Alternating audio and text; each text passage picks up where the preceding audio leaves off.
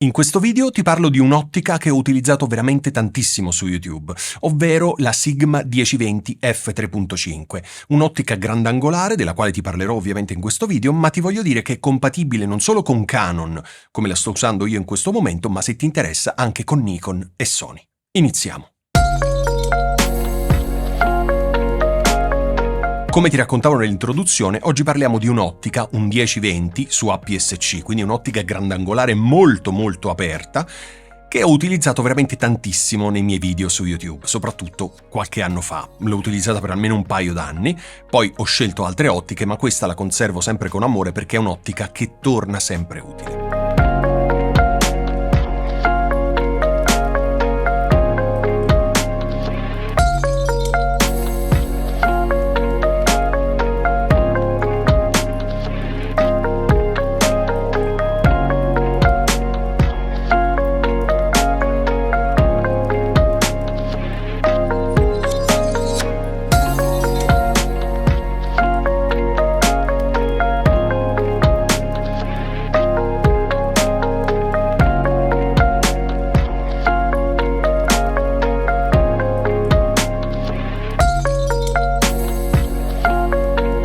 È un'ottica, come ti raccontavo, 10-20, quindi vuol dire che, fra un po' te lo faccio vedere, adesso se ti interessa è aperta a 16, quindi siamo più o meno a metà.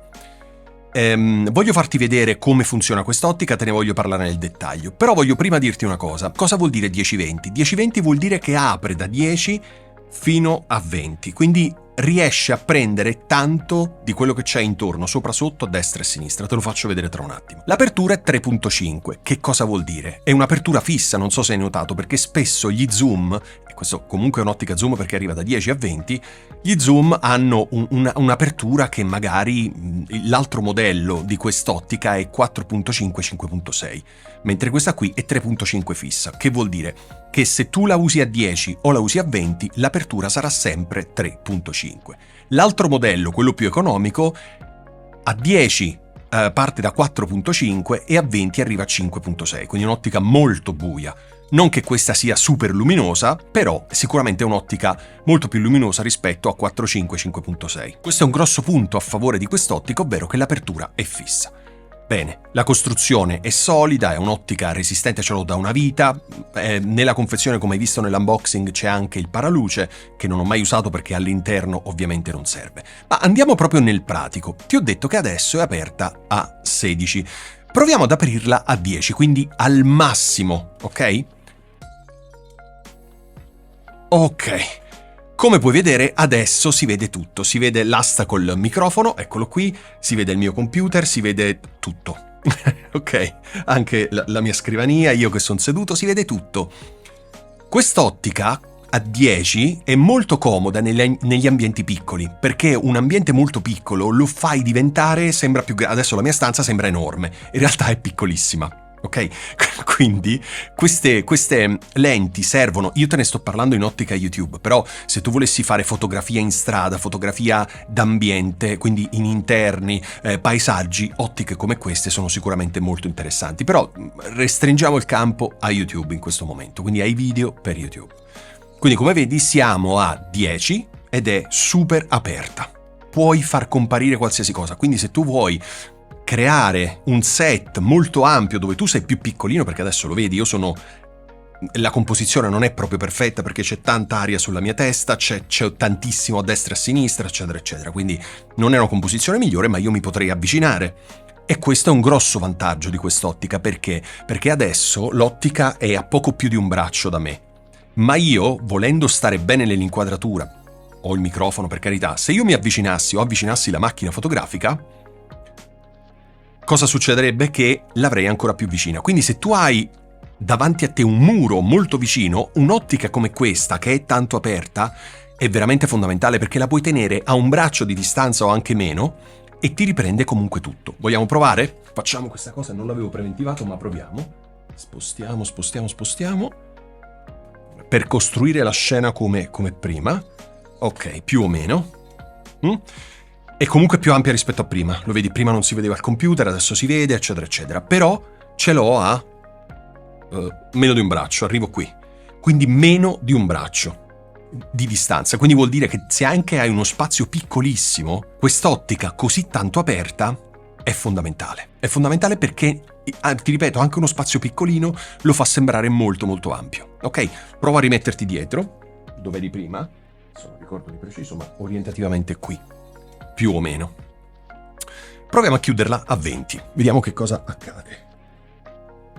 Ok, in questo momento abbiamo un'inquadratura molto più stretta rispetto a prima. Vedi, la mia testa urta quasi al frame, ok? Perciò l'avevo messa a 16, quindi una via di mezzo che è, diciamo, la lunghezza focale che preferisco io per i miei video. Però, insomma, nulla di problematico, stiamo provando quest'ottica. Quindi siamo a 20, abbiamo un'inquadratura molto più stretta. Il bello di avere un'ottica zoom, qual è rispetto a un'ottica prime, ovvero fissa, perché quella che utilizzo io molto spesso è questa qui, che è un 16 mm fisso. Che cosa vuol dire? Vuol dire che quell'ottica 16 mm è solo 16 mm, puoi solo avvicinare o allontanare la macchina fotografica se vuoi cambiare inquadratura. Un'ottica zoom ti permette di tenere ferma la macchina fotografica e di aumentare o diminuire la lunghezza focale. Questo può essere molto molto comodo, fermo restando che puoi anche avvicinare o allontanare la macchina fotografica, non c'è nessun problema. Però, come ti ho fatto vedere prima, in ambienti molto piccoli, un'ottica del genere ti risolve tutti i problemi. Tutti i problemi, perché ti inquadra ha un'inquadratura molto ampia che fa sembrare lo spazio molto più grande, in più la macchina la puoi tenere vicina anche meno di un braccio, come ti ho fatto vedere. Quindi quest'ottica, perciò, nella copertina di questo video l'ho consigliata come un'ottica per YouTube, perché secondo me un'ottica zoom, torniamo a 16, ok, più o meno dovremmo essere così. Ecco, questa qui, diciamo, è l'inquadratura che mi piace di più, perché si vede un po' di scrivania, si vede, ok, mi piace. Quest'ottica qui è comoda soprattutto all'inizio, perché? Perché hai un'escursione da 10 a 20. Quando io ho iniziato a fare video su YouTube, avevo un grosso punto interrogativo gigantesco. Quale ottica comprare? Ho guardato centinaia, credimi, centinaia di video e non riuscivo a capire alcuni dettagli, ok? Quindi ho sperimentato, ho preso una prima ottica, mi pare che la prima non andasse proprio bene, ho dovuto prendere una seconda, vabbè, comunque alla fine ho risolto. Per YouTube all'inizio un'escursione focale 10-20 è fondamentale perché non sai ancora, non sei esperto, non sai bene dove posizionare la macchina fotografica, quanto spazio hai dietro di te, come vuoi far venire l'inquadratura. Quindi un'ottica non prime, quindi non fissa, ma zoom, quindi che ha un'escursione da 10 a 20, secondo me è la soluzione migliore. Ora, io ti ho fatto vedere questa, ce ne sono anche altre, mi pare che c'è 10-18 della Canon, c'è anche 10-18 Tamron, se non ricordo male, o 10-22, non mi ricordo, ce ne sono tantissime. Io ti faccio vedere questa, perché a differenza delle altre questa ha un'apertura fissa a 3.5, che è fondamentale dal mio punto di vista, perché già non è luminosa a 3.5, figurati 4.5, 5.6, come la Canon e come l'altra Sigma di cui ti ho parlato, ok? Bene, non credo di doverti dire altro perché te l'ho fatta vedere, quindi cosa è meglio rispetto a farla vedere, no? Un'ottica. Ora è aperta a 16, ti lascio magari in descrizione un po' di informazioni. È un'ottica che non la fanno più, credo che l'abbiano tolta dalla produzione nel 2021, la trovi usata e la trovi usata anche a 100 euro. Io questa qui l'ho pagata un botto perché l'ho comprata anni fa. Era un'ottica che quando è uscita, per farti capire più o meno, costava intorno ai 600 euro. Quindi non è un'ottica economica, ok? È un'ottica che quando è uscita costava 600 euro, 650, 550, insomma più o meno il range era quello. Adesso la trovi intorno ai 100 euro usata, ok? Quindi secondo me per 100 euro un'ottica del genere è eccezionale, ok? Grazie, e per qualsiasi dubbio o curiosità commenta questo video e io ti rispondo come al solito nel più breve tempo possibile. Grazie mille, alla prossima, ciao!